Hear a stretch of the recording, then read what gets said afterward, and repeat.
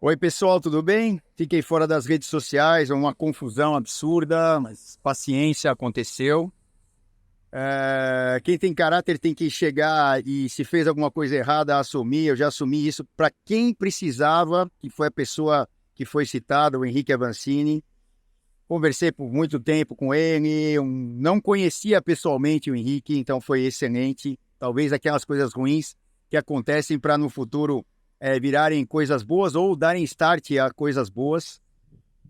E eu só podia gravar alguma coisa para todo mundo, vocês aqui que estão vendo, depois de realmente falar com ele e pessoalmente. Então eu fiz isso por telefone no começo, não podia falar nada, me aconselharam, olha, pede desculpas, não sei o quê. Eu tinha que falar com vocês, eu tinha pedido desculpa para vocês, beleza, muita gente tomou as dores, mas primeiro eu tinha que falar com a pessoa que eu senti que foi lesada e que eu fui injusto por essas conversas. Então a resposta está aí, vão aí para frente, vão assistir, vocês tiveram muito apetite para ver a coisa que não era muito legal ter ouvido ou eu ter falado ou coisa parecida. Então, tenho apetite daqui para frente que vai ser bem legal. Tenho certeza que a maioria vai gostar.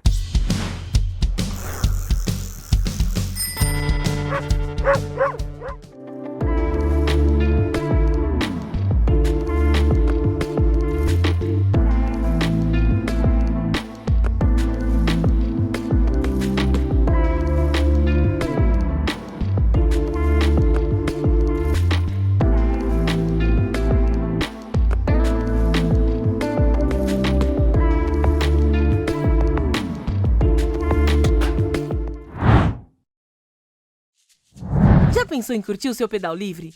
Livre de preocupação? A Seguro Sura pensou para você e lançou o Bici Sura. Você faz tudo online com cobertura imediata e dá para contratar até 5 bikes convencionais ou elétricas e vai ganhando descontos. Quanto mais bikes, mais descontos. E o mais legal é que você recebe uma bike nova em caso de perda total por acidente, roubo ou furto. Ah, e tem mais! Você pode estender seu seguro para competições, pedaladas fora do Brasil e todos os seus equipamentos e acessórios. É isso mesmo! Desde a sua luva preferida, acessórios de bike, GPS e até os suportes para transporte que também custam uma grana. Agora você não precisa mais gastar energia preocupado. Faça um Bici Sura para sua bike e pedale mais leve.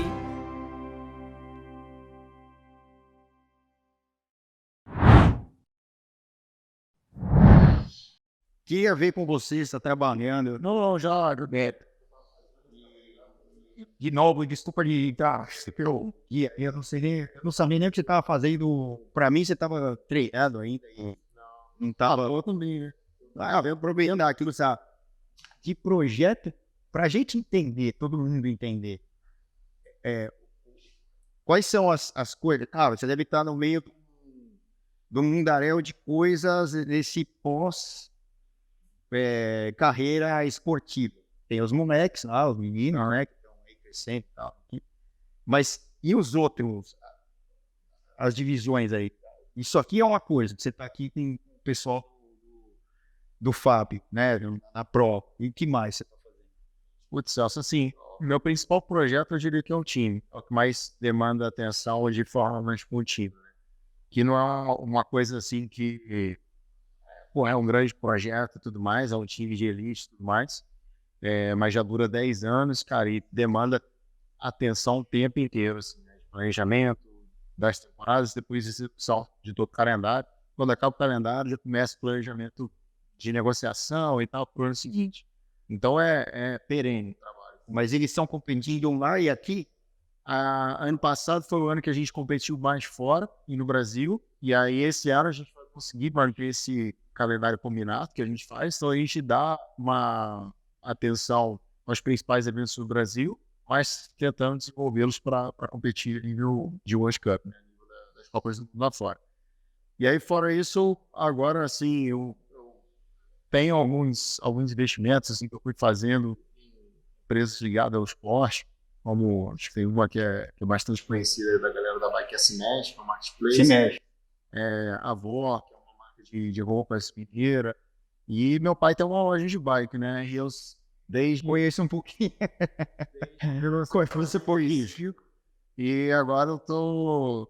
A gente ficou muito assim com a minha aposentadoria do que fazer para a loja, sabe? Porque a loja a gente puxou freio de mão assim nos últimos anos para a loja não crescer muito, então era uma loja mais ah, de médio porte, assim. E aí a gente ficou muito naquela, pô, o que que a gente faz agora? Fecha a loja ou cresce a loja do jeito que tá, acho que não é tão legal. Mas dá trabalho, né? Dá muito trabalho, cara. E Aí, a gente, loja, bicicleta. assim, a nossa reflexão foi que, pô, nossa jornada começou numa oficininha, né? Sim, aí. Não pode não ter isso. Aí a gente não quis. Falou assim, pô, cara, vamos tentar ir pro próximo nível agora. Eu tô mega envolvido nesse projeto da Bike Shop. Aí fora isso, tô envolvido com um monte de coisa. Amanhã eu tô fazendo uma palestra, dou minhas palestras para times esportivos, corporações, empreendedores. Tento trazer um pouco do que foi a minha metodologia aplicada no esporte para outras áreas. Participo como consultor, no meu caso aqui, no Instituto MTB Universal World Cup, ou como comentarista de algum evento. Estou sempre fazendo alguma coisa do tipo. E aí, tento fazer minhas aventuras assim na bike também, porque, cara, é o que eu amo fazer. Você não consegue ficar longe. Minha vida eu vejo isso como pessoa, então é o que eu faço, cara. Eu tava outro dia lendo alguma coisa, e aí assim, óbvio, né? Não é comparar nada tal, mas eu vi da tua história lá, que foi com 8 anos que você começou, aquela história do quadro. Se você quiser até falar como é que foi essa história do quadro, que encerraram o quadro, fizeram tudo. Para quem não sabe, né? Pelo que aí você me corrige. Era um quadro gigante, de uma garantia. Foi de um cliente da loja, dessa oficina que meu pai abriu, e o cara entrou na garagem de casa com um quadro em cima, partiu no meio. Na época era cromo, né? E era super difícil ter acesso a equipamentos.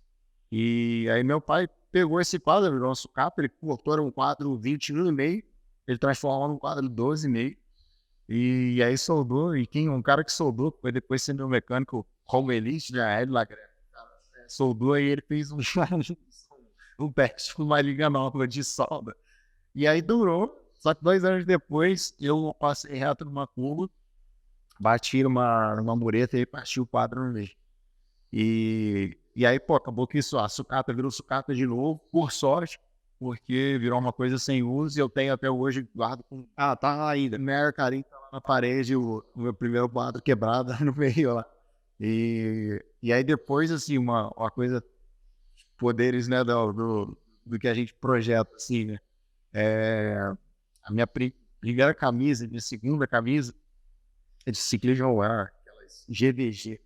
GBG, do Rio. E aí a segunda camisa que eu tive era uma amarela com as mangas azuis.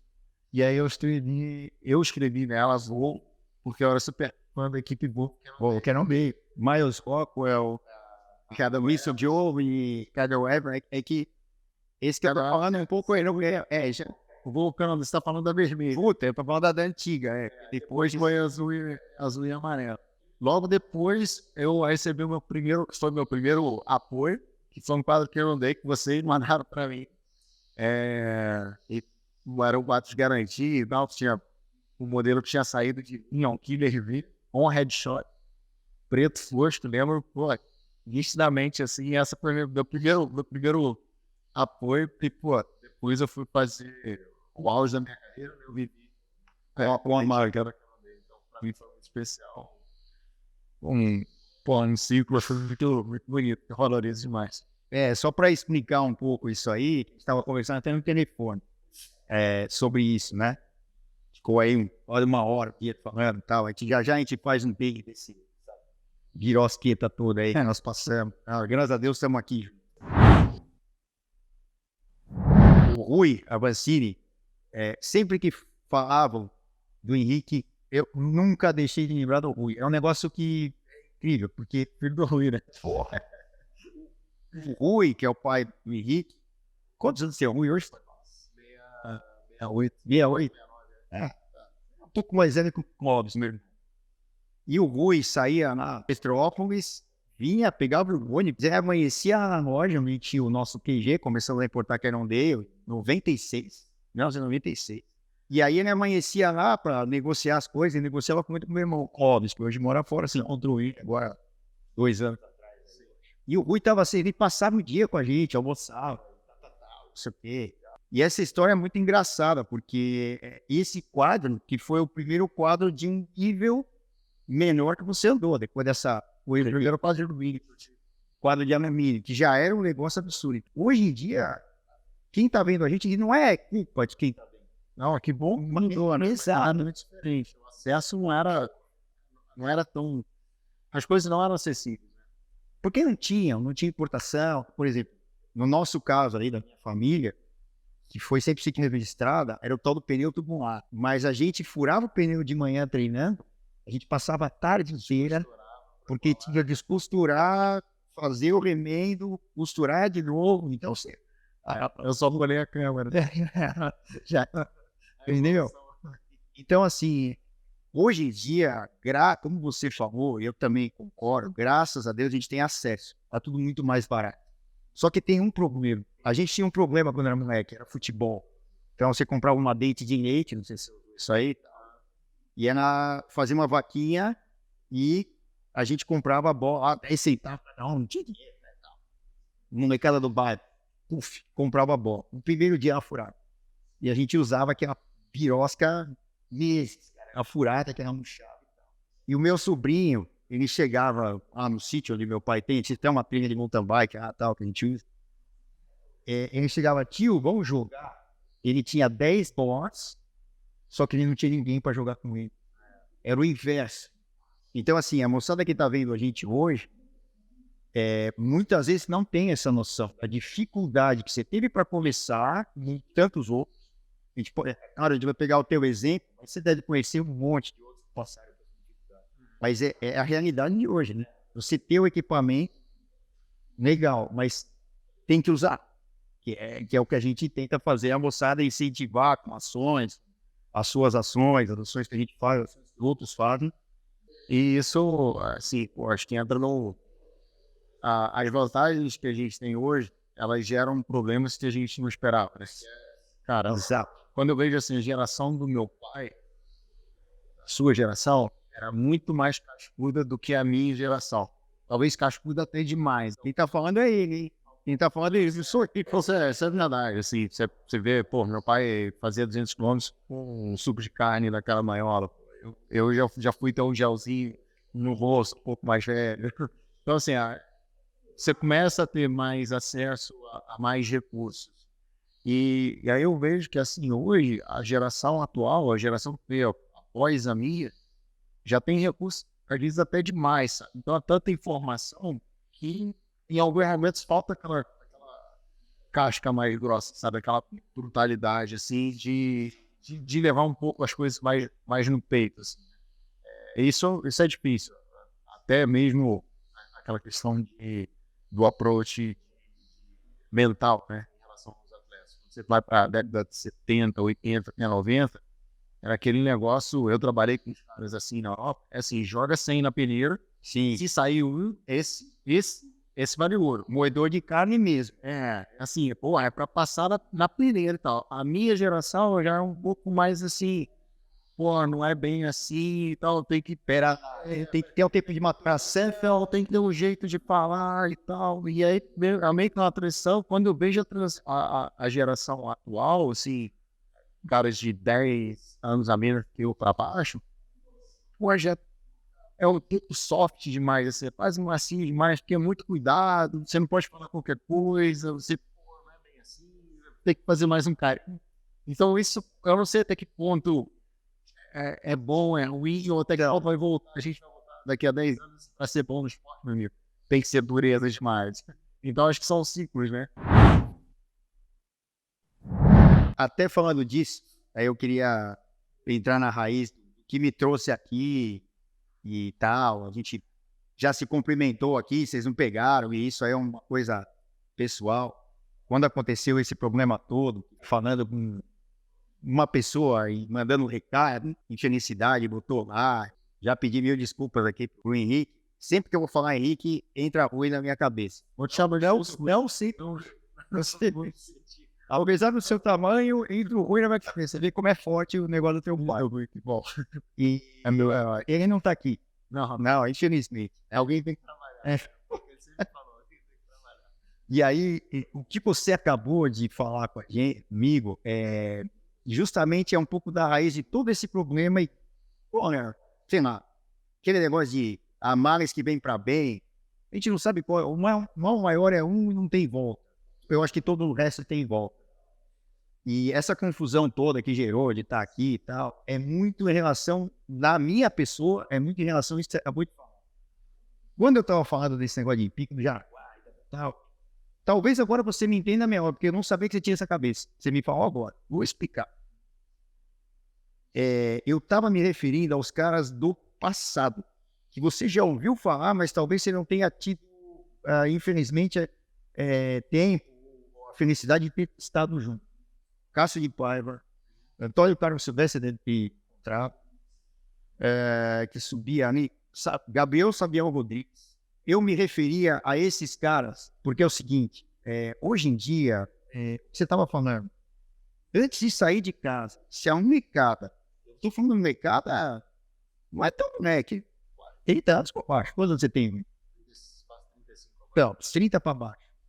Se não tiver o Garmin ligado, ou será que diabo? Se ele não souber que quantos watts ele está rendendo, se não tiver o gel, não sei quantas 1000 gramas de carboidrato, blá blá blá, isso aqui, o cara não faz nada, porque ele fica bloqueado. E essa história começou, você foi pico, eu falei, porra, mas atrás tem tempo lá de 10,50 do Cássio, por exemplo, que era um campeonato paulista. Então, a gente subia uma vez por ano, eu nem subia, porque eu nunca fui, o negócio era pista, com meu irmão e tal. Mas eu estava na equipe, e os caras faziam assim, eu lembro do tempo, 10,50, 11 cavalos. O Cássio de Paiva tem aqui, aí vai um lá, vai outro lá, vai outro lá. E, cara, mas os caras, como escada de inferno, não tinha alimentação, não tinham acesso a treinos que hoje em dia tem. Era isso. Aí pegaram, aí no contexto, cara, cada um vai entender uma coisa do contexto do que é falado, enfim, né? É muito de frente com isso que você estava falando, porque se você tem essa cabeça hoje, você acabou de sair do circuito mundial e entende isso da molecada, e não é uma crítica destrutiva, mas é uma coisa assim, eu falo assim, os caras querem ter todo um monte de equipamento, mas na hora de torcer o carro, a gente fala que é treinar, pior sensação que existe na face da Terra, você acabou de dar um tiro a meio de 100%, aquele segundo, 1, 2, 3 segundos, você fala assim, cara, eu vou morrer. E aí você tem que recuperar para dar o outro. Não é isso que talvez falte nessa geração que você está falando, ou está sendo mudado e eles vão entender o que vai acontecer, mas é nesse contexto. Acho que, de novo, assim, é uma transição, cara, porque contextualizando a minha carreira, eu peguei muito de referência desses caras, assim, os caras mais raiz. Meu pai sempre foi muito trabalhador, assim, e aí eu que isso refletia ao jeito de eu me preparar. Moleque, assim, ninguém me via, não tinha rede social e tal, não sei o que. Eu saía pra treinar 3 horas da manhã, estudava, depois ia pra loja e tal, não sei o que, treinava hoje, dava um jeito, assim, não era bosta nenhuma. Assim, aquela coisa do sonhar um sonho que tu nem sabe o que é o teu sonho, porque não dava nem pra almejar aquilo se trabalho. Então, assim, como um ética de trabalho, eu peguei disso. Só que chegou um ponto da minha carreira, quando eu estava ali, antes de ser uma carreira mesmo, sub-23 para elite, eu comecei a ver que, cara, o esporte ele ainda está muito dentro de uma bolha. Então, assim, eu comecei a ver quem era o melhor do país, ciclismo estrada ou mountain bike, não era nada demais. Esse cara podia ser campeão brasileiro. Cara, se ele vacilasse um ano, ele ia passar perto. Com certeza. Assim, o cara não conseguia construir uma carreira porque era tudo muito raso. Então eu comecei a ver, eu preciso me esforçar. Tudo que eu consegui conquistar nas pistas, eu tenho que transferir para o esporte. Então, assim, isso se tornou a minha modus operandi. É um reinvestimento que você falaria? Eu tinha que reinvestir no esporte. porque a metáfora do bolo, né? Assim, quando você tá com a espátula na mão, você vai cortar o que você quer comer. Só que se o bolo é desse tamanho, meu, Não sobra. não vai sobrar pra nada. Então, eu me preocupei muito mais em fazer o bolo crescer o máximo possível. E se hoje eu vou comer só migalha, só a rapa da rapa, ainda vai ter o suficiente para mim. E aí, assim, cara, o que eu acho que o grande conflito? A atual geração, e aí isso é um ponto falho do mountain bike, que talvez tenha sido a modalidade que mais cresceu, assim. Porra, hoje é uma coisa que me incomoda, assim, de verdade. É ver muita gente muito louco, com pouca história, já muito popstar. Sim. Já muito importante, já muito seguidor, já muita atenção. Só que aí quando eu volto lá para trás, pô, eu vejo esses caras, assim, os raízes, esses caras eram muito fechados também, porque essa força que tu precisa, assim, de, pô, pra quebrar a pedra, É dentro de você. é só dentro. E o cara Tem. nunca abre, nunca abre, nunca abre. Completamente. Eu tive que entender, assim, e aprender, e, pô, foi muito difícil aprender, a misturar duas coisas, cara. É você ser rockstar e você ser peão. Assim, eu me vi fazendo uma boa carreira quando eu consegui ser, desculpa se eu ofendo algum, mas são as duas figuras, assim, que eu acho que ilustram, sabe?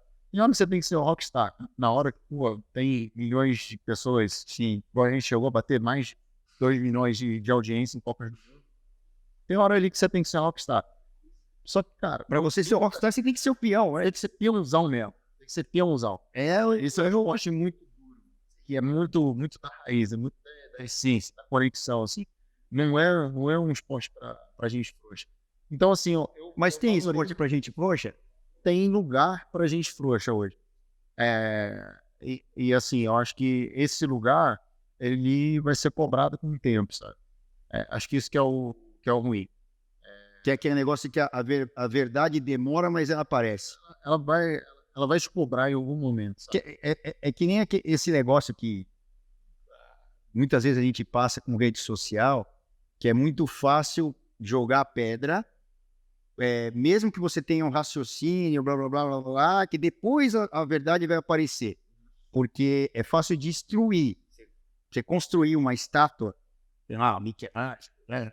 Porra, demorou anos, isso aqui. Pode destruir, qualquer um vem ali, arrebenta e tal.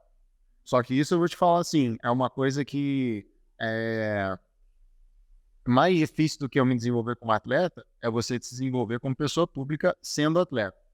Porque em nada a sua performance vai ser tão cobrada e tão transparente. Com certeza. Então, assim, o atleta é o único cara que ele não consegue mais estar na rede social que ele tá fazendo de verdade lá Porque na hora de competir.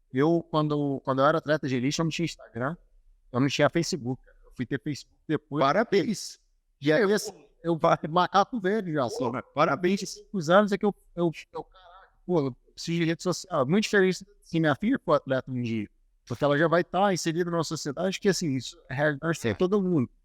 Acho que a geração antes de mim, não sei se teria a capacidade de lidar com isso, cara. Porque quando rolou tudo que rolou, por mais que tenha sido ruim de ouvir, imediatamente eu me senti mal por você. Assim, eu já justamente ou injustamente, ou parcialmente injustamente, ou parcialmente justamente, eu já fui criticado em rede social, assim, em massa, cara. E puta, isso machuca. Então, pô, isso foi uma coisa assim que cara, porra. Cara, fala uma besteira, uma ele, né? Tem criança na sala aí. Por exemplo, até falando disso, eu tava trabalhando, o cara me chama no WhatsApp. Pô, é isso aqui, tal, botando o pé. Eu falei, cara, eu tava entregando uma bicicleta, um monte de coisa na vida. Uma delas é que nem você, tem loja, né? Né, a rodinha lá. Pô, aí a gente conheceu o teu pai assim. E você tava me acordando, você tava aqui no meio do trabalho. Vem o cara aqui, daqui a pouco você tá, tua cabeça tem outro lugar. E tal. Eu falei, um monte de merda. O cara vai lá e mete. Fala, cara do céu, que proporção que tô. De novo, eu te agradeço até por esse pensamento de pensar no outro que fez a besteira até contra você, ou falando de você, é um baita sentimento nobre, absurdo. Mas eu vou fazer o quê? Acontece, acho que a melhor coisa do mundo é estar aqui hoje para, sei lá, pedir desculpa. E se você tem essa cabeça iluminada, avançada. É mais legal ainda estar com uma pessoa como você, depois de ter tudo que você já fez na vida. Mas é terrível isso, né? Você teve que lidar com esse negócio de ego e continuar sofrendo, que é um troço que não, né? Que nem você estava falando, a Vanessa não fica a mim, né? É uma coisa muito variável, né? Porque, assim, independente do que você fala ou faça, você está sempre exposto ao julgamento. Então, é difícil, cara. É difícil porque eu cheguei num ponto, assim, na minha carreira, e aí na minha vida, ó, que você passa a ser uma projeção das pessoas. Então, Perigoso, né? Até. assim, é uma coisa que eu sempre tentei reforçar o máximo possível de, cara, gente, eu não sou o ídolo, eu sou um cara normalzão, assim, essa é a minha origem, essa é a minha história e tal. Eu sempre tentei tirar um pouco o foco de mim, porque isso é uma coisa muito perigosa, cara. Meu trauma infantil, tinha um cara, eu só tive um ídolo, toda a minha vida, assim. Ídolo, pra mim, é aquela coisa a imagem que é projetada, você tem muito, às vezes, pouco acesso à pessoa. Eu imitava o movimento do cara, assim, e foi marco espontâneo. E assim, pra mim, cara, eu lembro, De arrepiar. porque é muito nítido pra mim, assim, ó, eu tinha 11 anos de idade, quando saiu a notícia da morte dele. Então, assim, pô, isso pra mim, cara, foi um negócio, assim, tão profundo, tão impactante.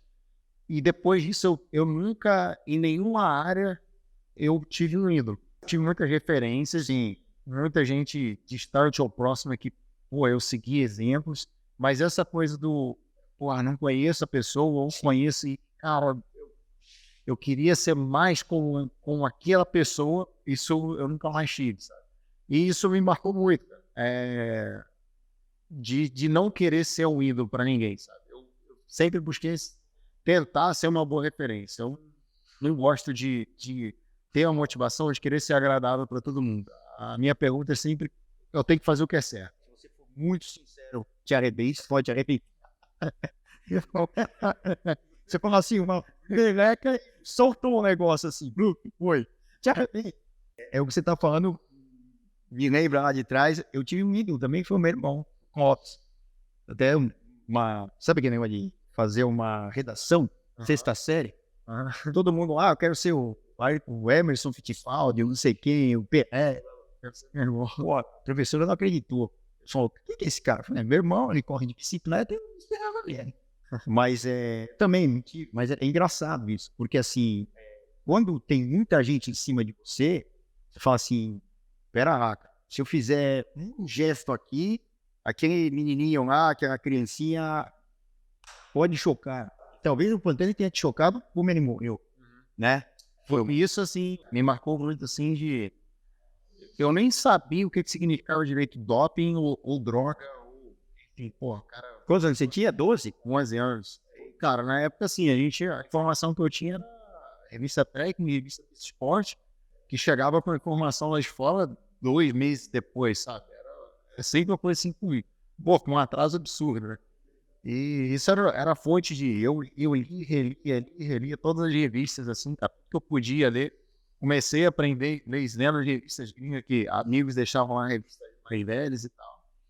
E me marcou muito assim, cara, essa coisa de, pô, deu errado porque o cara tava fazendo uma coisa errada. E aí eu fui crescendo, teve 2 coisas que impactaram demais, assim, e iam me manter firme em acreditar nisso, assim, acreditar no esporte nível.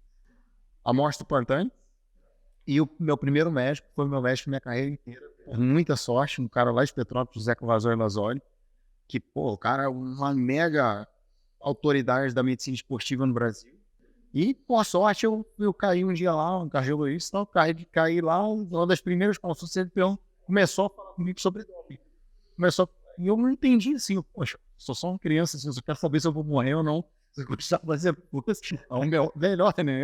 Eu tava nem aí, se eu morrer, só meus pais que não sabiam se eu ia morrer ou não. Você não tava nem aí, na verdade. Não tava nem aí, pô. Eu queria subir, não, vai passar direto, não tava nem aí. Depois eu fui vendo, assim, nossa, brasileiro aí, cara, eu não me importo com as pessoas acham que assim, eu julgo a pessoa. E eu não julgo, cara.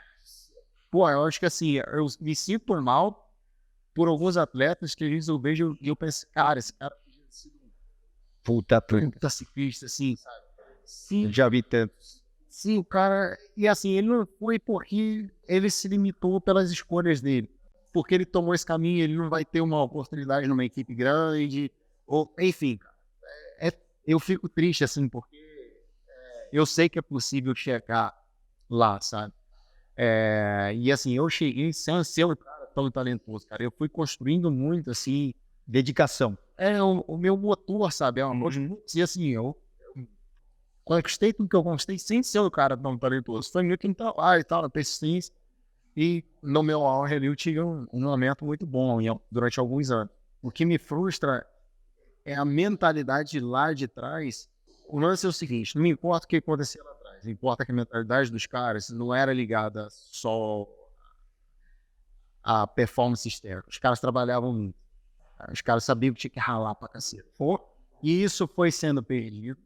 E eu acho que assim, a geração de alguns anos já, né, de quando eu era júnior pra cá, no Brasil, no ciclismo de estrada, foi assumindo assim uma crença de que, cara, pra andar tem que tomar.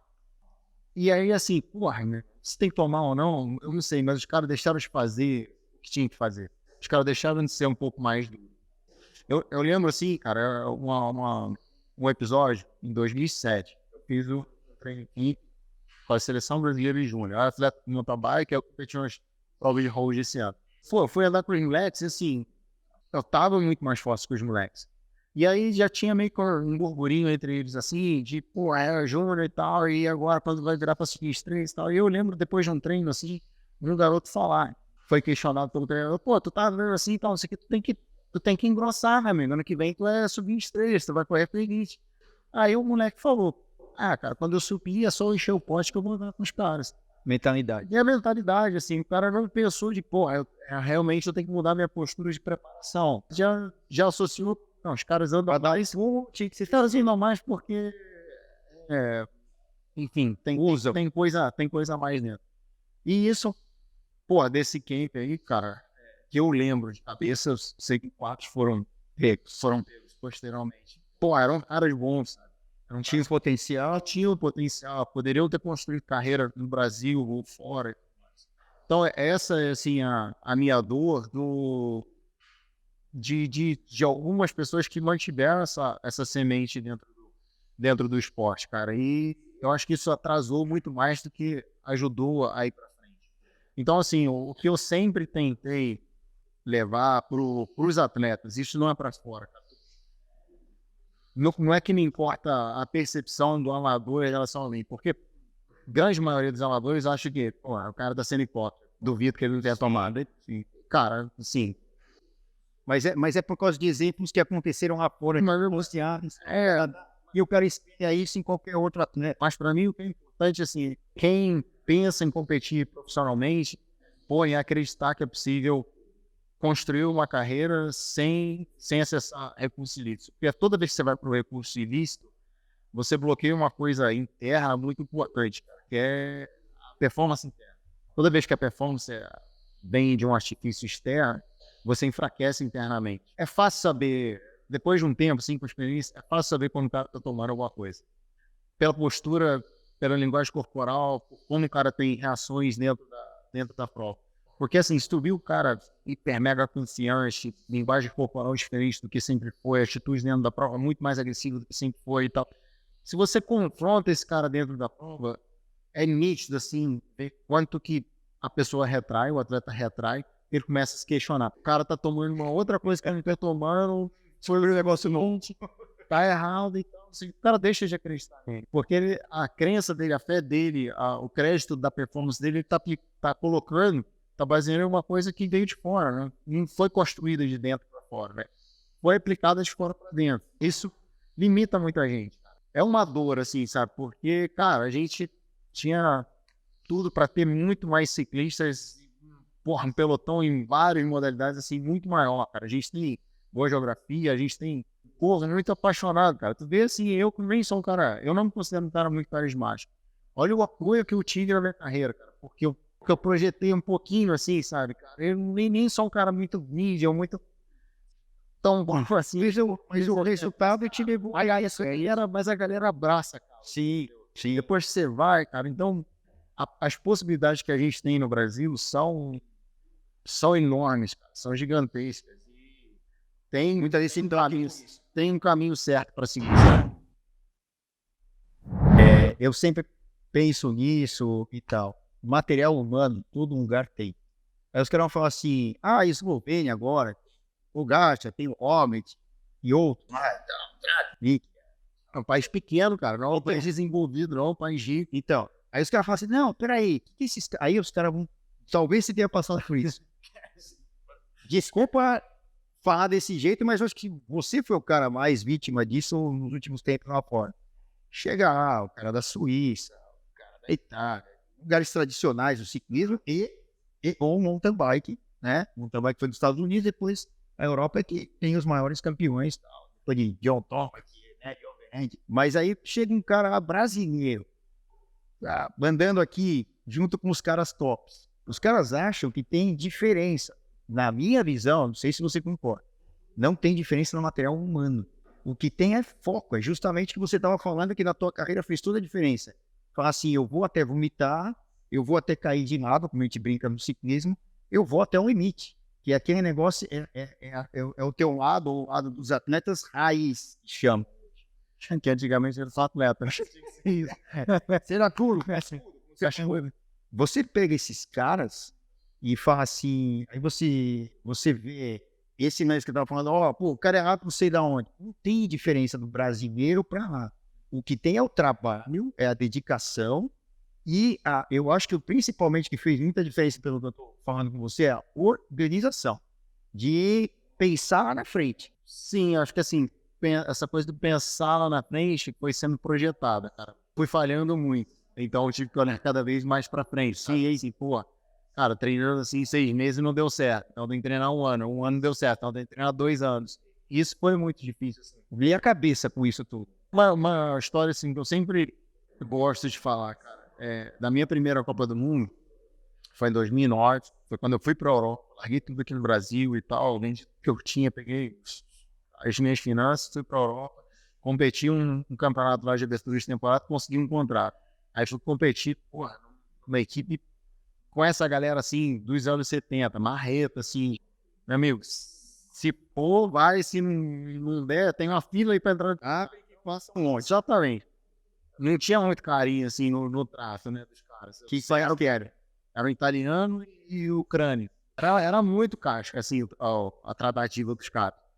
E, pô, eu lembro que, assim, a primeira reunião antes da Copa do Mundo, a minha primeira Copa do Mundo, cara, moleque de 19, 20 anos, na Alemanha. E aí os caras falaram, pô, tem que fazer mochila pós-prova e tal, que chama tradicionalmente de mochila de pós e tal. O mountain bike geralmente se acaba, vai pra cerimônia, e tal. E aí os managers falaram, essa pra gente não é mochila de pós, é só mochila. E aí um parceiro meu, em grego, falou, não, mas nada é impossível, pra mim vai ser mochila de pós. E isso ficou assim e tal, não sei o quê. E aí eu arrumei minha mochila pro pós, porque, pô, meu sonho um dia estar no pós da Copa do Mundo.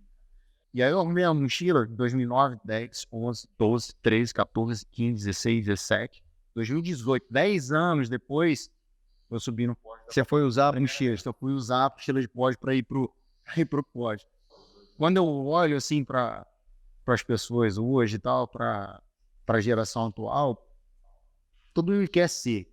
Aí eu penso, pô, cara, será quanto tempo o cara quer continuar desejando e trabalhando para ser? É uma coisa assim, eu quero ser, me dá apoio, me dá investimento e tal, e eu vou tentar, eu tenho potencial. Tá, e se não aconteceu? Sim, em um ano? Se não aconteceu em 2 anos, você vai persistir? E se tirar o teu apoio for pior no outro ano? E se depois tu tiver uma lesão? E se depois tu tiver problema pessoal? Em quanto tempo tu consegue ficar buscando isso? Só que no meu caso, assim, cara, isso foi muito importante, muito essencial, porque foi o que me tornou um cara, acho que mais humilde perante o esporte, de respeitar a dureza do esporte, e mais casca grossa tomar na cabeça, assim, para ser ambicioso. E aí foi uma coisa, assim, até ruim para mim depois de um ponto, porque, pô, cara, eu tava falando com um videomaker que trabalha comigo até hoje, me acompanhou muito na Europa. E aí ele fala assim, pô, cara, já vi, assim, você revoltado porque, pô, terminou em segundo na Copa do Mundo, porque o Van der Poel bateu na última curva, e você, assim, né? Processo, porque, pô, tu perdeu, cara. E eu, caraca, eu não conseguia, o meu padrão de cobrança, e assim, de sempre querer mais, tentar mais, tentar. Até eu conseguir virar essa chave, demorou só agora, acho que talvez eu consiga olhar pra trás e Não, pra cacete. foi um baita feito, vai que eu não vejo um lado negativo, mas é um lado Mas mas eu tava sempre nessa busca do crescimento, que até quando eu tava entregando coisas muito boas, eu ainda eu falei. tinha rivalidade com o Nino numa certa época, quando você estava batendo de frente lá e tal. Como é que era essa relação? Porque chegava pra gente que mais satisfação, especificamente com ele. Eu acho que tinha, mas assim, Chegou que tem respeito. sempre foi o cara que eu mais respeitei. Cara. Sim. Isso, acho que ninguém de dentro do circuito assim, mundial questionou isso. Pô, você não tá sendo respeitoso no cara. Sim. Só que ele foi um talento de geração, né? Então, assim, quando você vai estudar o esporte, na minha época, na minha geração, você estudava o cara. Assim, você estuda um monte de coisa e tal, mas era o jeito que ele fazia o setup da bike, era o jeito que ele pilotava, era o jeito da postura estratégica dentro da prova, era como era a preparação do cara. Ele era referência de muita coisa. E ele era o cara que bateu o cara.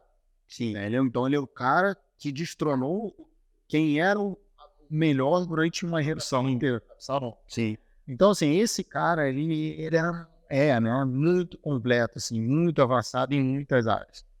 Então, assim, pô, eu estudei muito ele mentalmente e tal, principalmente depois que eu comecei a trabalhar com a minha psicóloga, que foi minha psicóloga durante praticamente toda a minha carreira, a Alessandra Dutra. Eu tive um primeiro contato, assim, mais próximo com ele, ajudando a seleção suíça no planejamento dos Jogos Olímpicos do Rio. Eles treinaram na minha cidade e eu recebi o Nino em Petrópolis, cara, em 2014. De 2014 para 2015, um ano e meio antes dos Jogos, quase 2 anos antes dos Jogos. E aí a gente ficou treinando juntos, ficamos juntos durante 2 semanas.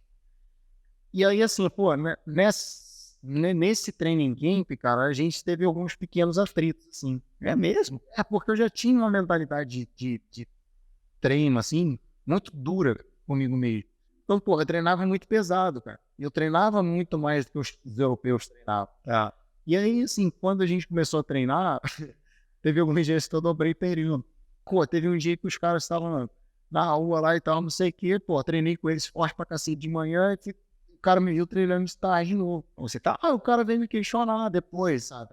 Eu bati de frente com ele. Eu não, pô, você tem o teu nível e tal, mas eu vou ser bom em energia e tal. Enfim, defendi o que eu acreditava. Não mudei a minha opinião, porque o melhor do mundo falou que eu tava errado. Sim. O que demanda, assim, muita personalidade, um pouco de estupidez, um pouco de personalidade e autoconfiança também. E aí lá na frente, pô, depois a gente passou a ter um pouco mais de contato, que eu comecei a aparecer mais nas corridas. A primeira grande performance que eu tive foi na equipe de 2017, e aí eu bati guidão com ele ali durante boa parte da prova. E aí depois... Mas com certeza ele lembrava disso. Não, lembrava. Porque ele falou, esse cara é louco. Ele treina de manhã, treina à tarde. Para os caras, para os europeus, foi uma coisa assim, tinham caras que lá atrás me tratavam super bem. Quando eu fui me aproximando, eu comecei a ser muito maltratado pelos atletas. E eu comecei a ser extremamente respeitado pelos gerentes de equipe, de staff. Porque assim, pô, para os caras que acompanham o esporte, era uma trajetória assim que ninguém nunca aconteceu. De um cara já mais velho, pô, meu primeiro pós-Copa do Mundo só foi com 28 anos de idade. E assim, para você chegar num pós-Copa do Mundo, inevitavelmente você tinha que ser medalhista na categoria júnior, medalhista na categoria sub-23, para talvez ser um bom elite. Não acontecia assim, com um cara que não foi nada na júnior e já estava competindo, já estava no esporte. Não foi nada na sub-23, estava ali, não chamava atenção. Chegou na elite sem ser nada e aí continuou crescendo. E aí, velho, já se tornou alguém. Então, assim, isso chamou muita atenção das pessoas. depois que eu subi a primeira vez no pós-Copa do Mundo, durante 3 anos eu fui o cara que mais teve pós-Copa do Mundo. Então, assim, eu não só cheguei, mas eu fui o cara mais consistente do circuito. Entre os atletas, foi muito nítido, assim, o incômodo que gerava. Porque eu era muito diferente, eu tinha um discurso diferente. A mídia começou a gostar muito de mim, porque eu falava as coisas muito abertas, eu não era muito... Não tinha o mesmo discurso, eu não era muito polido na hora de falar, eu era mais emotivo. E aí isso, assim, gerou alguns conflitos durante o curso ali principalmente 2019 e 2020. Nos bastidores rolaram muita coisa de atrito, assim, algumas coisas mais intensas e tal. Mas isso é fora ou dentro da prova? Não, isso assim, a minha postura com ele comigo era sempre um pouquinho mais assim, mas eu sempre competi, Já dando o ombro eu aqui. sempre fui assim, cara, eu vou jogar o jogo que quiserem jogar. Sempre foi a minha postura com os europeus, eu sempre falei com os caras, quando os caras vinham reclamar comigo com uma coisa, eu falei assim, ó, você escolhe como a gente vai correr. Se for super gentil pra cá, super gentil pra lá, beleza. Se chegar a me espremer e tal, não sei o que, eu vou te juntar na grade. E assim, pô, a nossa prova pode terminar, mas se você escolher ser assim, vai ser assim. Então, eu comecei a entender que pô, os caras eram muito bons, cara, em separar os momentos assim. Largou, até a linha de chegada é uma postura. Acabou, é outra coisa. Outra história. E aí, eu comecei a trazer uma pegada muito diferente, porque assim, eu comecei a trazer a competição pra fora também. Tinha As declarações, mas então, pô, se tu vai falar comigo alguma coisa que me provoca durante a prova, eu já sei que eu vou falar quando eu cruzar a linha de chegada. Então, eu comecei a ter essa atitude assim, ó, você que escolhe, você vai falar? Se tu falar, eu vou falar. Ou, se tu ficar quieto, eu fico quieto. Mas assim, dentro do contexto daquela briga psicológica. Sim. E isso com a tua psicóloga, você conseguia digerir isso? Ajudou? A gente fez um trabalho de mapear as heranças culturais do país, começando pela minha. Então, assim, a gente tentou entender muito mais profundamente por que o brasileiro age de certa forma em certas situações. Aprender o porquê e entender como que isso pode ser usado como vantagem ao invés de desvantagem, como controlar as nossas emoções, as nossas reações e tudo mais para ser algo positivo. E aí depois de um tempo, paralelo a isso, a gente começou a estudar as principais escolas. Estudar os suíços, os franceses, os italianos e tal. E aí, assim, a cultura do país, a cultura esportiva do país e a cultura da modalidade do país. O que é a cultura do país? O que é histórico de guerra, histórico de como que são as estruturas familiares, os traumas das gerações acima, abaixo, tal. Para você entender certas coisas, aí você vai qual é a cultura esportiva do país. Como que é assim, consenso geral entre modalidades de esportes diferentes. Pô, você começou a aprender isso, aí você vai para a modalidade, para o específico. Aí tu começa a entender muita coisa, assim, de como o cara vai agir, por que ele age dessa forma, e se isso traz alguma desvantagem para mim, como que eu quebro isso? Como que eu tratar com isso, a postura, o que for. Vou citar um exemplo, cara. O francês, quando quer ganhar a corrida, ele se mostra em número. Assim, todo mundo uniformizado e tal. Chega o atleta, chega 8 staffs à volta dele e tal, não sei o que. Aí, pô, a gente, beleza. Então, isso é um indicativo de aquele atleta tá bom, já é confiante. Como que você quebra isso com o cinema brasileiro? E aí a gente estruturava assim, pô, a característica do brasileiro é assim, assim, assado. Eles esperam que o brasileiro seja super treinado e tal, não sei o que, pré-prova. Então, se tu vê alguma coisa assim, tem que aprender a, quebrar a tua concentração, ou mascarar a tua concentração e ir lá fazer uma piada, e dar um abraço em alguém, pô, quanto tempo e tal, 10 minutos da largada, João. Mas assim, gerar alguma quebra de protocolo. Isso é aprendizado cultural. E assim, a gente falou de um cara que você teve, agora entendemos a história. Desses caras que você competiu no alto nível, você falou, puta gente boa, esse cara aí, Hermida. Hermida pra mim, cara, a realização de sonho, assim, de criança. Porque era um cara que eu via nas revistas, como ainda adolescente, assim, o cara, pô, é o estilo do cara, assim, pô, eu gostava do cara, sabe? E a minha primeira grande vitória na Europa foi em 2013, uma Bundesliga na Alemanha, e eu ganhei dele. Eu ganhei em cima dele. Ele já era campeão mundial, um cara mega estrela, assim. E, cara, o interesse dele, assim, de saber sobre mim, pô, aquilo me cativou de um jeito, assim, ó, cara, pô. E também ele não é do lado que era soviético lá, né? Que é ele é um cara mais, Sim, mais pra cá, mais pro nosso lado. sim. Aí sendo espanhol, cara, pô, sangue mais quente, tudo mais. Faz diferença. Faz diferença pra caramba, mas acho que a postura do cara, assim, eu lembro que essa prova, né, pô, ele foi segundo, terceiro foi um holandês, quarto foi o suíço, quinto foi o francês. Do pódio, assim, o único que demonstrou interesse.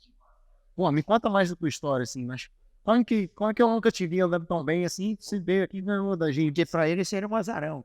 Não, era um mega zarão, assim, era uma prova de... tava completando os 30 anos naquele ano, e aí eu lembro até uma manchete que saiu no site grande, da época, Cycling News, e aí a manchete era o vencedor mais improvável de todos os 30 anos da história da corrida. Com certeza se dá mais força. Porque falar um negócio desse, assim, porra, então os caras não sabiam, agora eles vão saber. Esse episódio, assim, cara, pra mim o meu nível de respeito pelo Hermida sempre foi estratosférico, assim, cara. Sempre foi um cara que foi um grande referente pra mim. Pô, até hoje a gente se fala. Então, pra mim, transcendeu, assim,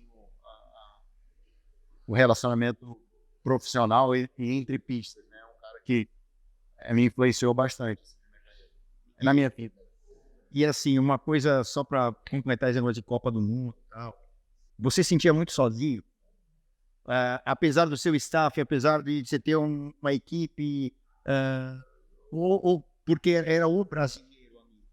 Durante os primeiros anos, eu viajava sozinho e morava sozinho. Em um alojamentozinho lá, e, pô, ficava sem nada pra fazer, não tinha telefone, não tinha internet e tal. Ia lá uma vez por semana pra falar em casa.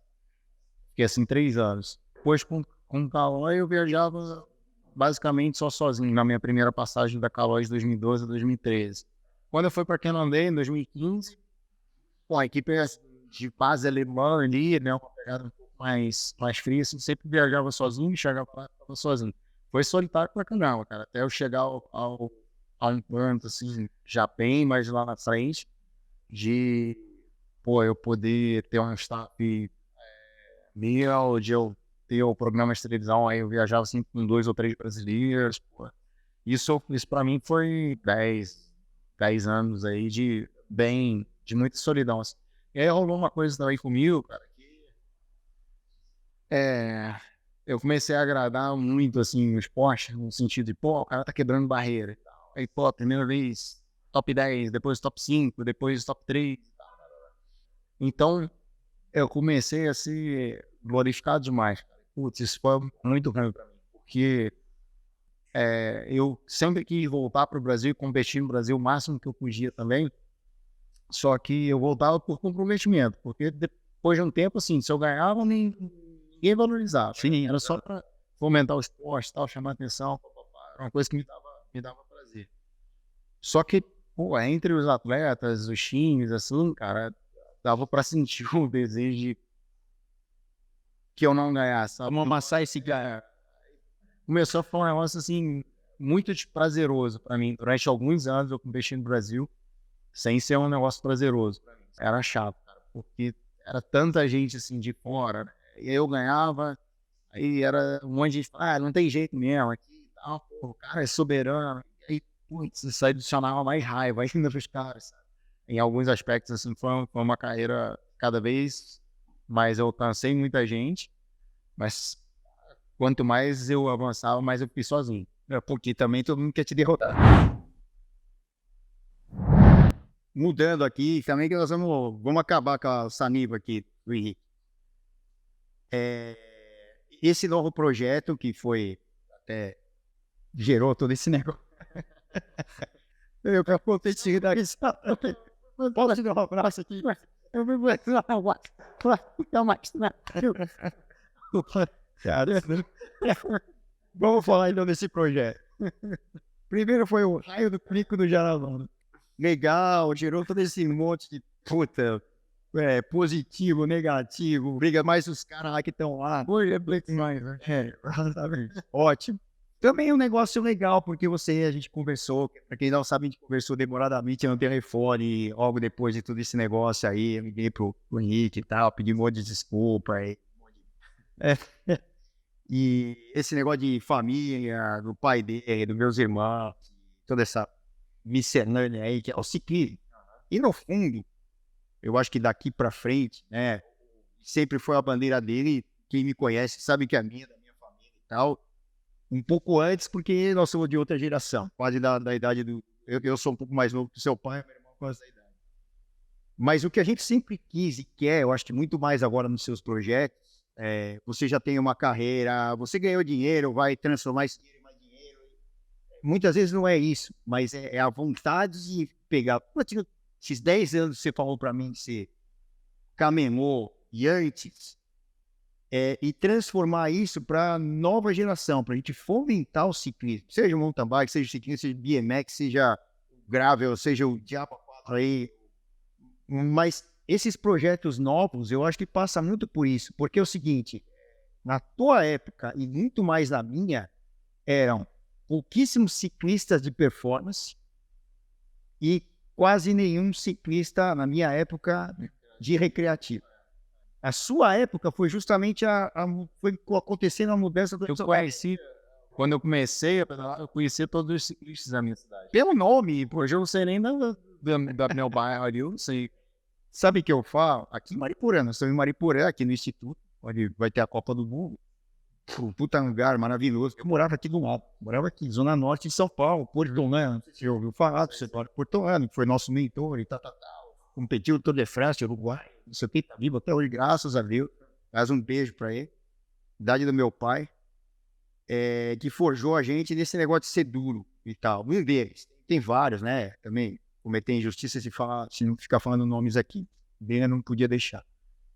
E tem muito disso, porque eu saía para treinar aqui em Mariporã, subia aqui a Fernão Dias, subia e tal, descia aqui. Se eu cruzasse algum ciclista que era raro, eu sabia o nome dele, quem era, o RG, a bicicleta, o pai, a mãe, o filho, a história toda do cara. Hoje a gente sai para treinar no Romeiros aqui da vida, ou qualquer outro lugar.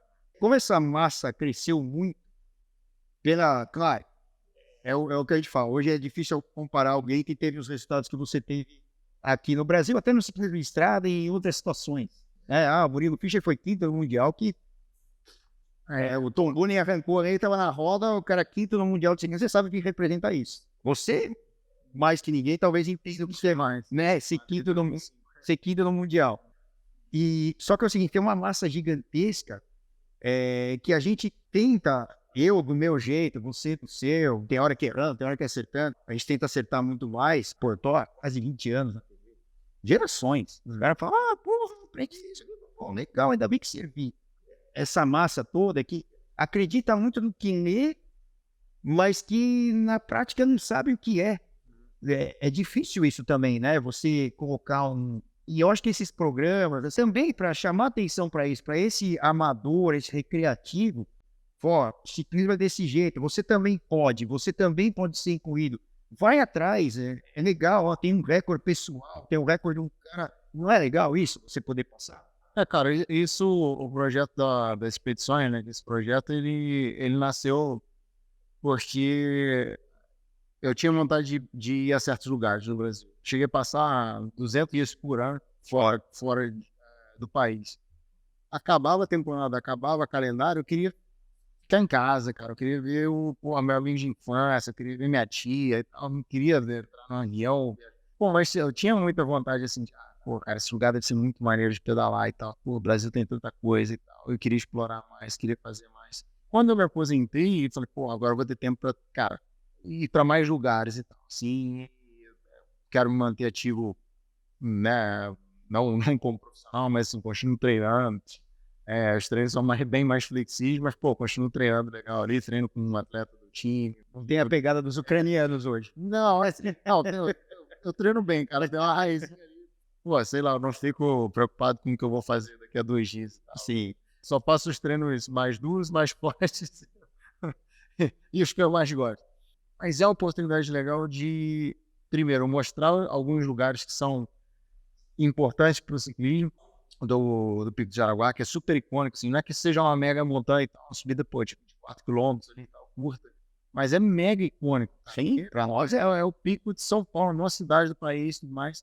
E aí eu gravei antes, né, do Pico de Jaraguá, foi a primeira expedição que é da raiz da serra, né, o primeiro caminho do Imperador para a serra, lá, que é a terceira subida mais longa do Brasil. Aí eu gravei essa e tal. E vou fazer uma por mês, né? São 2 expedições esse ano, sempre trazendo ou uma curiosidade sobre o local, ou apresentando alguém do local e me aventurando também, e sempre trazendo essa questão que é quem eu sou, que é o de desafio, sabe? Pô, eu gosto de andar de bike, mas eu gosto de andar de bike acelerando. sim, Não, sim, sim. e, É lá no FTP pra cima, bate pra caramba. pô, eu sou um cara que eu gosto de andar de bike diferente, cara. Eu gosto de andar de hoje, eu gosto de andar de gravel, eu gosto de andar de bike, eu gosto de andar de mountain bike, rasteio, full suspension. Pô, o máximo de bike que eu puder ter, eu gosto de ter. Na elétrica não chegou ainda. Não, ando de Também? também. Então, fica aí a dica. Não, Bem. eu curto a bike diferente e eu acho que isso é uma coisa bacana da bicicleta, e eu sempre tentei, da minha forma, agregar essas tribos, né? Não segregar. Eu acho que não é uma coisa tão legal falar que o ciclismo de estrada, ou ciclismo de mountain bike, ou downhill e tal.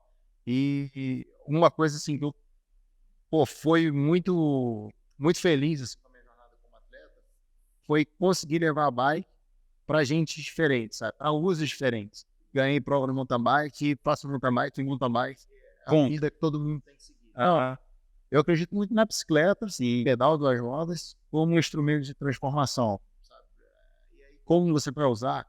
É para lazer, é para trabalho, é para transporte, é para esporte. São tantas possibilidades, cara. É por isso que eu sou tão apaixonado assim, pela bike, sabe? Então, E a gente tem que ir por esse caminho. tem os lugares icônicos. A gente fechou. Eu comecei o ano com 10 definidas. E aí a gente fez uma listinha assim de possibilidades para fechar mais 2. E aí a gente já tem mais uma definida e tem só uma que a gente ainda tá. Deve ter Vamos uma. ver como é que vai. Deve ter uma que começa com mil e termina com rastro. Deve ter uma que é ali no coração. Tá, né? Essas coisas, isso seja a mais icônica do. E é o seguinte, aí é questão de particularidade de modalidade. A maioria vai ser na estrada porque é mais fácil de medir e tal, porque o mountain bike ele muda, a situação muda muito mais, porque a estrada tá lá, ou vão ter algumas de mountain bike também. Porque é icônico, só aqui em Mariporã nós temos o Paquito tá aí, tem 500 subidas que meio a meio. Meio a meio, porque eu não vou fazer a grande maioria. 10 são escaladas, 10 são voltadas para escaladas, mas tem 2 travessias também. Tá, pô, não, isso tudo é tudo segredo, vai saindo e tal. Isso é que foi já é um pouco menos polêmico. Não vai ter. Daqui pra frente só vai ser coisa boa. Deixa a polêmica, já foi, toda a polêmica já aconteceu. E serviu pra gente estar aqui hoje. Muita coisa legal, não tem como agradecer, cara. Pô, isso aqui é mágico, né? E a gente acaba dando risada disso, porque, pô, foi tanta chateação que, cara, meu Deus do céu. Tentando me concentrar de novo. Um dia que você puder, quiser, é um negócio fora dos padrões totais. Né? De vez em quando eu faço umas doideiras de fazer tal do desafio, que é sair de madrugada e fazer o que os caras vão fazer. Mas ela tava 200 km na Bahia. Pô, Espinão, na Marginal, cara. Se tem um lugar icônico hoje que os caras pedalam no Brasil, porra, Marginal. É completamente fora de qualquer conceito europeu, mas nós estamos no Brasil. O Brasil cara, e outra, você já deve ter, não sei se você já foi pedalar ou já esteve lá, eu olho pra Colômbia, onde um monte de gente vai fazer, É uma doideira, cara. É uma doideira. É impressionante, né? A galera, literalmente, é o que acontece aqui na Marginal, né? A galera toma a autopista ali, 2 pistas da autopista e é aquele mundo de gente, né, cara? É uma coisa insana. então, e assim, eu tô até falando por mim, fazendo meia culpa, eu não vou conseguir na minha vida deixar ele lá na Marginal. É porque eu nasci ali. Eu com 9 anos de idade, eu tava vindo da Zona Norte aqui de São Paulo pra USP, no velódromo, correr. Meu pai me levou pra uma Marginal. Não é que ele nem tinha noção do que é, foi. Mas assim, eu cresci nesse troço. Então, pra muita gente, isso pode parecer uma doideira, a maioria que gosta de jogar pedra. Mas pra nós, é o nosso meio de chegar nas estradas num tempo curto. Dá pra ir por dentro? Dá, óbvio. Você pode fazer a ciclorrota, ciclo não sei o quê, a ciclofaixa, caramba, 4. Mas a gente acorda, vai treinar nessa loucura de trânsito. Você tem que sair cedo e voltar. Voltar é mais rápido por aí. Doideira. O motivo principal de eu incluir o Pico da Jaraguá como expedição Nunca mais vai esquecer desse pico, hein? é porque nunca mais, nunca mais, momentos mais marcantes em cima da... Mas, assim, pô, sempre tive relacionamentos profissionais em São Paulo. E a galera sempre atrás da bike, sabe? Pô, vocês são loucos mesmo. Começa a mergulhar e imaginar ali assim, bicho, se eu sobrar aqui, eu sei, eu sou assim, O caminhão vai passar. que saída que eu vou pegar aqui, pô, é uma doideira, né? Não, mas isso é porque você é do interior do Rio. Você não é do Rio, porque no Rio Não, Você já pedalou no Rio? mas é um pouquinho menos, eu acho. Você acha mesmo? Eu acho mais, cara. O Pará eu acho mais. São Paulo. Enfim, eu acho perigoso. Eu acho marginal, não é filipino, né? Eu acho marginal. Você vê o grau de violência que a gente Quintal. e outros, os caras acabam dando apelido para as pessoas. E o meu eles deram de CD, de Crazy Dog, porque é marginal. Eu falo assim, pô, vocês estão andando lá no Alpe d'Huez, lá no Tourmalet, não sei o que, cara, eu posso até ir pra, já fui, graças a Deus, Espanha agora. Eu vou falando, cara, eu tô com saudade da marginal, parece que tem um negócio que... E outra, talvez também característica de... Eu não subo nem... Tinha subida de viaduto na corrida, eu já não ia. Mas não, o vento tá sempre... Pô, meu Deus. Então, assim, um dia a gente pensa numa história, mas tem que fazer os 23 dias ali, o mesmo número de quilômetros, que é o único lugar que dá para fazer com uma moto na frente, meio que quebrando o veio, não tem que ter um pelotão, não dá para ter pelotão, mas loucura. Agora, tirando a brincadeira, um lado das expedições, então, é um projeto que vai promover locais e resgatar, assim, justamente um exemplo, né? O Pico do Jaraguá. Acho que para muita gente fora de São Paulo, não é uma coisa tão conhecida, assim, não era uma montanha. Exato. Principalmente para a geração atual, assim. Então é uma forma de homenagear, sabe? Os caras das antigas, quem tanto batalhou. Agora eu consigo entender. Porque assim, eu vivi um pouquinho disso numa proporção muito menor, e eu sei que meu pai viveu, entendeu? Então, assim, eu consegui ver essas transições do ciclismo e viver um pouquinho delas, diretamente ou indiretamente. Então, eu sei que o quão importante é, cara, por mais que, um monte de gente fala, o cara que mudou os esportes, tal, não sei o que, mudou a bike, mudou o mountain bike no Brasil e tal. Só que assim, eu nunca esqueço quem veio antes, sabe? Eu não vou esquecer de Luciano Cadeira, eu não vou esquecer de Eduardo Ramírez, eu não vou esquecer do Oswaldão e tal. São os caras que talvez tiveram uma amplitude muito melhor que a mim, mas fizeram também, tem a sua importância na trajetória. E antes desses caras, antes do mountain bike existir, a bicicleta seguia estrada. Então, isso é como se eu falasse mal do ciclismo de estrada, é como se você está falando mal da sua raiz, dos seus ancestrais. Porque teu pai começou a seguir a estrada, porque nem mountain bike tinha, exatamente. Naquela época, outros da minha idade. Bom, gente, nós temos que ir embora aqui, o papo, desculpa até de tanto tempo, mas eu acho legal, divertido. abrir, né? Dependendo do que tenha gerado nisso. Por qual motivo nós estamos juntos hoje aqui, né? De novo, aí, primeiro eu liguei pro Henrique, que foi uma pessoa que passou o telefone dele, eu não tinha o telefone, apesar de coisa de família atrás, a gente nunca se falou na vida, infelizmente, hoje eu sinto isso, porque tem tanta coisa em comum que vai juntando, né? Você tem um monte de gente, né? Bicicleta, né? Então, Esse negócio de... Mas isso que une a gente, esse negócio que achar a coisa maior, né? A gente não pode nunca esquecer que é a coisa maior. Pô, cara, na vida pessoal, né? Você vai ter sempre um bem comum assim no estudo. E aí, trazendo pro nosso mundinho, que é só um mundinho, apesar de ser gigantesco, sim, a bike, o bem da bike, de quem pedala uma bicicleta, tem que estar maior, acima, né?